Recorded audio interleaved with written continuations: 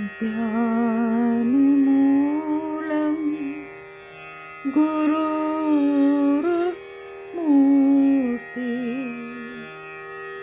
पूजामूलं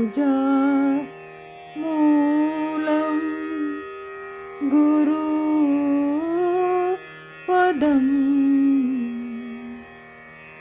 मन्त्रमूलं गुरुर्वाक्यं मोक्षमूलं गुरु कृपा। दर दीवार दर्पण भय जित तेकु तोय काकर पाकर ठीक रह भय आलसी मोह। तुलसीदास जी को कंकड़ों पत्थरों में भी भगवान कृष्ण नजर आते थे। इस तरह जितने भी सरकार भक्त हुए वे सब इसके उपासक थे। सरकार पुजारी अपना एक इस निश्चित करें बहुत आवश्यक है, जिसे आपकी आत्मा कबूल है उसी का सच्चा ध्यान बनाए और चित्त की एकाग्रता प्राप्त करें। सुषुप्ति की अवस्था प्राप्त होगी, धीरे धीरे सुषुप्ति से सह समाधि की में प्रवेश करेंगे। पूजा करने के लिए कुशा का आसन हो या कम्बल या आसन हो, धूप बत्ती अगरबत्ती जलाएं, साफ सुथरी चादर बिछी हो, सफाई के साथ। यदि स्नान कर सकते हैं तो अच्छा है, अगर नहीं कर सकते तो कोई बात नहीं। रात्रि के वस्त्र बदल दें, सुख आदन से बैठकर पलौथी लगाकर फिर अपने इसको सामने देखकर सा शरीर ये विद्यमान है उसके सामने फिर भक्ति भाव से भरा कोई भजन गाए।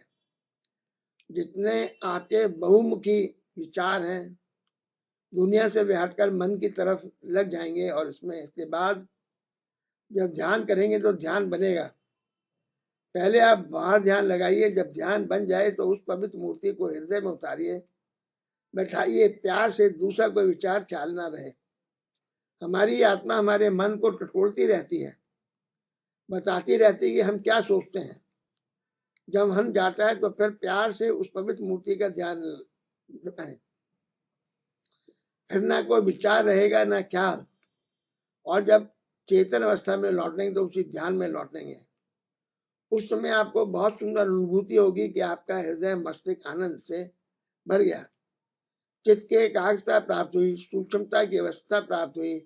फिर धीरे धीरे सुषुप्ति से सह समाधि में प्रवेश कर जाएंगे। दूसरे साधक जो निराकार भगवान के उपासक हैं, वो परमात्मा की मूर्ति को नहीं मानते, वे क्या करें? वे भगवान के नाम को चाटें, उस नाम को चुने और जो उनकी आत्मा को सबसे प्यारा लगता है।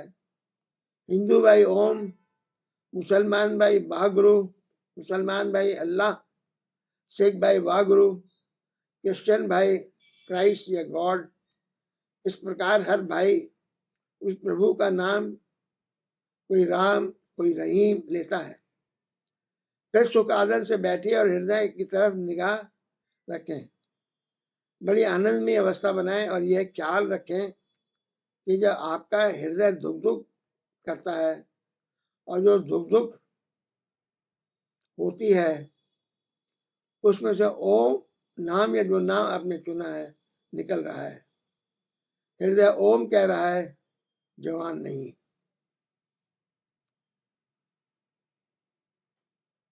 मैंने कर लिया। शुरू में दिक्कत आती है, फिर आपको बहुत स्पष्ट नाम सुनाई देने लगता है और कोई ख्याल नहीं रहता, ना विचार।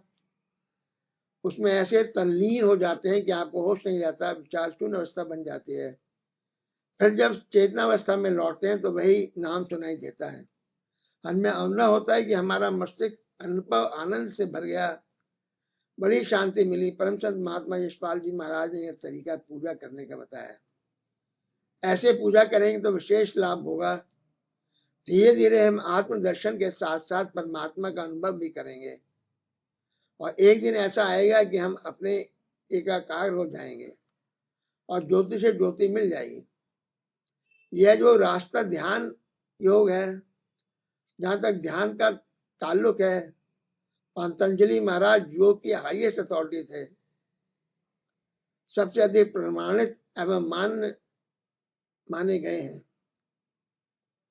पंतजलि जी महाराज ने योग सूत्र में बताया कि ध्यान करने के लिए साधक 5 उंगल कुशा के आसन पर सिद्ध आसन में बैठे, नासिका के अग्रभाग को देखें और भौं के बीच आज्ञा चक्र में ध्यान लगाए। उन्होंने इस बात पर बड़ा जोर दिया कि इस ध्यान को कौन कर सकता है? ऐसा वही कर सकता है जो बाल ब्रह्मचारी हो। उन्होंने ब्रह्मचार्य का एक बड़ा जोर दिया है।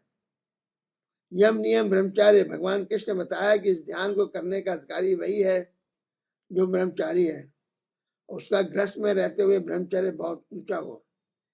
ऐसा व्यक्ति ऐसे ध्यान को करेगा। लोग किताब पढ़कर या किसी सन्यासी से सीख लेते हैं, वे बड़ी परेशानी में पड़ जाते हैं।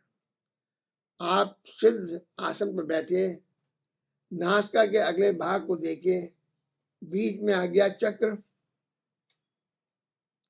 पर ध्यान लगाएं तो आपकी आंखें की काली पुतलियां ऊपर दिशा की ओर हो जाती हैं और मस्तक की नसों पर दबाव पड़ता है। जो बाल ब्रह्मचारी हैं, जिन्होंने नसें तो इस दबाव को बर्दाश्त कर लेंगी, लेकिन जो ब्रह्मचारी नहीं है उनकी नसों में ये फ्लेक्सिबिलिटी नहीं है। फलस्वरूप ऐसे व्यक्ति को नर्वस ब्रेकडाउन होने का भय रहता है। क्योंकि हम ब्रह्मचारी नहीं है, गृहस्थी हैं। हमारा रास्ता वास्ता ग्रस्त का है, इसलिए हमारे सदगुरुओं ने हृदय से ध्यान करने का रास्ता बताया है। हृदय चक्र पर ध्यान करने का विशेष लाभ यह है कि हृदय स्थान है जहाँ से खून का दौर हमारे शरीर में होता है। यदि हृदय राम नाम से रंग जाए तो हम हृदय से जो खून शरीर के अन्य हिस्सों में जाएगा वह परमात्मा के नाम में रंगा जाएगा और शरीर के हर भाग में परमात्मा की याद आना शुरू हो जाएगी। दूसरी बात है, heart is the centre of feeling. अच्छी बुरी सारी भावना हृदय में पैदा होती हैं। अगर हृदय राम नाम से रंग जाएगा तो उसमें अच्छी ऊंची भावना पैदा होंगी, परोपकार की भावना, विश्व बंधुत्व व प्रेम की भावना पैदा होगी। ऐसा सुंदर गुण पैदा होंगे जिससे हम इस दुनिया में बहुत जरूरत है। आत्मा के का स्थान हमारे हृदय गुहा में है। जब हृदय चक्र जागृत नहीं होता, परमात्मा नहीं मिलता। परमात्मा हृदय की सच्ची याद में मिलता है। इसलिए संत महात्माओं ने हृदय को ध्यान करने को बताया। जब आप हृदय में ध्यान करते हैं तो बड़ी आनंदमय अवस्था बनाते हैं और आपकी दृष्टि नीचे की तरफ होती है। मस्तिष्क पर कोई भी दबाव नहीं पड़ेगा। जब आप पूजा में बैठे,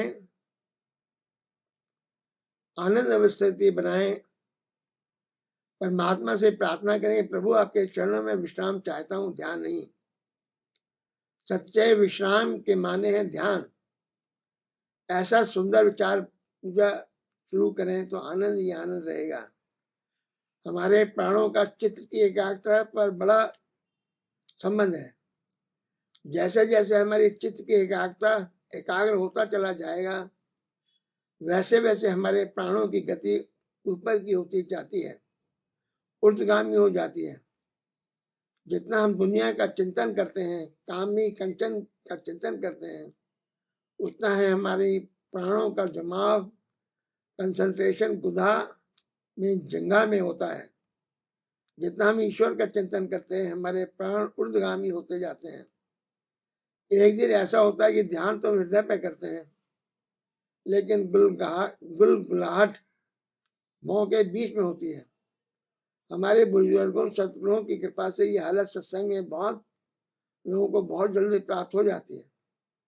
अभ्यास के बाद जब भावों के बीच गुलगुलाहट होती है, जब स्वतः ही भाव में बीज ध्यान लगने लगे तो हृदय से शुरू करके यही ध्यान आग्रह चक्र में पहुंच जाता है। आपका आग्रह चक्र खुल गया। हम शुरू तो हृदय से करते हैं, लेकिन धीरे धीरे बहुत सरलता के साथ हम आज्ञा चक्र पर पहुंच जाते हैं। अक्सर ऑफिस का काम करते होते हैं और आज्ञा चक्र पर स्पंदन होता रहता है। परम संत महात्मा ब्रज मोहन लाल जी महाराज, दद्दा जी महाराज परम संत महात्मा यशपाल जी महाराज पूज्य भैया जी को पत्र में लिखा था। उन्होंने इस सेवक को इस विषय में बताया, आपकी सूचना के लिए लिख रहा हूँ। परम संत महात्मा दद्दा जी ने एक बार बहादुर नेपाली को पूजा सिखानी थी। उन्होंने पूजा दद्दा जी महाराज को पत्र द्वारा सूचित किया, जिसमें लिखा था कि उनके अभ्यास व ज्ञान व ध्यान कुछ इस सेवक से नहीं आता। शायद नेपाल जी नहीं समझे। अभ्यास का साधना तो जरूरी समझ गया था। मैं बताया था, मालूम ऐसा होता है कि वे समझ नहीं पाए। और पूज्य भाई साहब जो लिखा है कि आप कृपया इन्हें ठीक से समझा ये बता दें। मन चारों तरफ से हटाकर जीभ की नोक तालुए से लगाकर हलक में राम राम इस प्रकार पूरी हिम्मत से सूरत से उतारें कि वह राम नाम शब्द हृदय में उतरता रहे और ऐसी दुआ व ध्यान अंतर में सुनाई दे। मालूम होते हुए बीच बीच में थोड़ी देर में गुरु का प्रकाश में स्वरूप ध्यान में प्रेम से लाया जाए करे और फिर दिन भर में आंखें खुली होती हैं, वे भी उसी आंतरिक सुरत शब्द के अभ्यास का ध्यान जमाए। यहाँ तक कि गुरु प्रेम व ईश्वर प्रेम में मन भरकर उसकी रस व आनंद के जलवे में चूस व डूबा रहे। नजर बर कदम होश हरदम भी संग संग बने रहे। परमात्मा तू है, तेरी इच्छा पूर्ण।